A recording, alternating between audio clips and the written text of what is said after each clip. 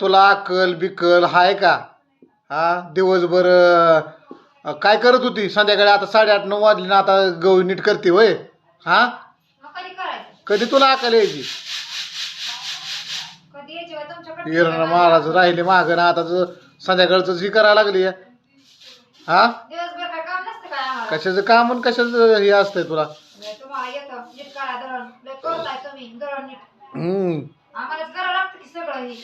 काय अग असं असतं वय? कुठं दळण नीट 8:30-9 वाजते त्या का तुला दळण नीट करायला?